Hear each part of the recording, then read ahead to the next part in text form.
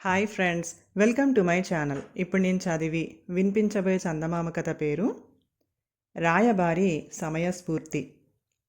మద్రదేశాన్ని ఏలే ప్రచండ మహారాజు గొప్ప సైనిక బలం, సాధనా సంపత్తి కలవాడు.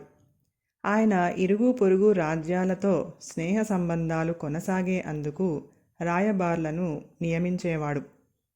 ఆయన కౌశాంబి, విదేహ రాజ్యాలు రెంటికి వజ్రసేనుడు అనే అతణ్ణి చాలా కాలం క్రితం రాయబారిగా నియమించాడు.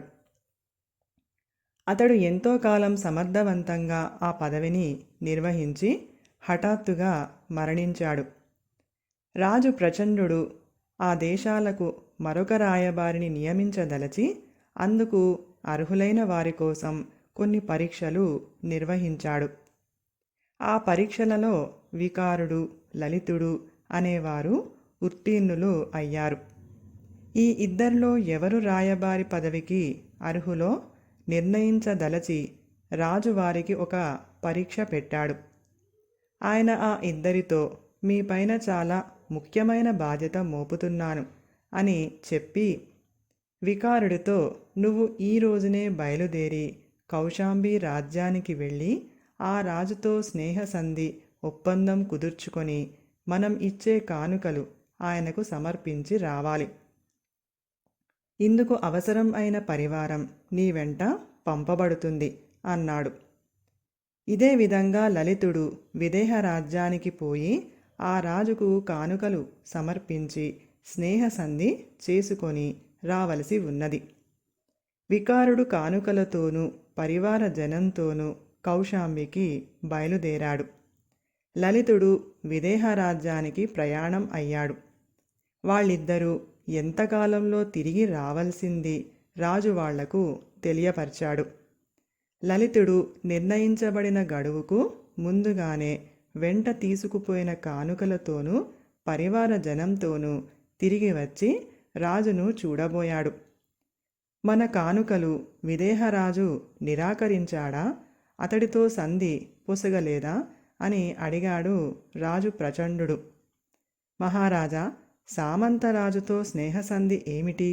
అలాంటిది మన సార్వభౌమత్వాన్ని కించపరుచుకోవడం అవుతుంది కదా. కానుకలు తీసుకుని వెళ్ళేటప్పుడు ఆ సంగతి నేను ఎరుగను. విదేహరాజును కలుసుకున్నాక ఆ సంగతి నేను గ్రహించాను. అందువల్ల ఆయనకు కానుకలు ఇవ్వకుండా స్నేహసంధి విషయం ప్రస్తావించకుండా తిరిగి వచ్చేశాను అన్నాడు లలితుడు. ఆ జవాబుకు రాజు ఆశ్చర్యపడలేదు, కానీ సభలో ఉన్నవారు అందరూ ఎక్కడలేని ఆశ్చర్యం చెందారు. మహారాజు స్నేహసంధి చేసుకుని రమ్మంటే అందుకు భిన్నంగా ప్రవర్తించిన లలితుడు రాయబారి పదవికి అనర్హుడని రాజు నిర్ణయిస్తాడని అనుకున్నారు. రాజు పెట్టిన గడువుకు 2 రోజులు ఆలస్యంగా కౌశాంబి రాజు ఇచ్చిన కానుకలతో వికారుడు తిరిగి వచ్చాడు.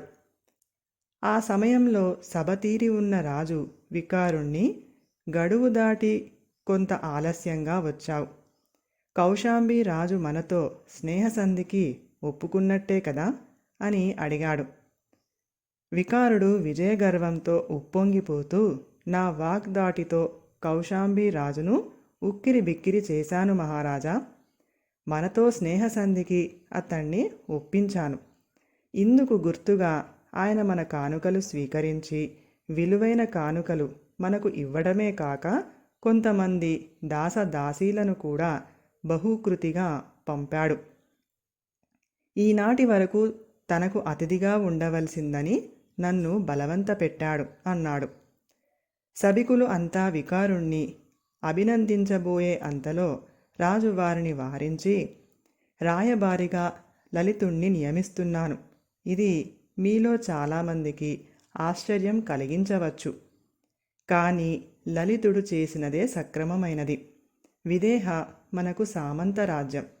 అలాంటిది దానితో స్నేహసంధి చేసుకోవలసిన అగత్యం లేదు. ముందుగా ఈ సంగతి తెలియకపోయినా లలితుడు ఆ రాజ్యం చేరాక విషయం తెలుసుకొని ఆ రాజుకు కానుకలు ఇవ్వకుండా తిరిగి వచ్చాడు. కౌశాంబి కూడా మనకు సామంతరాజ్యమే. వికారుడు ఈ నిజం తెలుసుకునే అందుకు ఎట్టి ప్రయత్నము చెయ్యకపోగా తొందరపడి ఆ రాజుకు కానుకలు సమర్పించి అర్థం లేని స్నేహసంధి చేసుకుని వచ్చాడు. రాయబారికి అవసరం అయిన సమయస్ఫూర్తి అతడికి లేదు. అలాంటి వాడి చేతిలో మద్రదేశ గౌరవం కాపాడబడుతుందని నమ్మడం కష్టం అన్నాడు. సభలో ఉన్న వారందరికీ లలితుడు ఎంత గొప్ప వివేకవంతుడో తెలియటంతో పాటు వికారుడు చేసిన పొరపాటు కూడా అర్థమైంది. కథ సమాప్తం. ఈ కథ కనుక మీకు నచ్చినట్లయితే ప్లీజ్ లైక్ చేయండి, షేర్ చేయండి. మరిన్ని మంచి మంచి కథల కోసం మా ఛానల్ని సబ్స్క్రైబ్ చేసుకోండి. Thank you.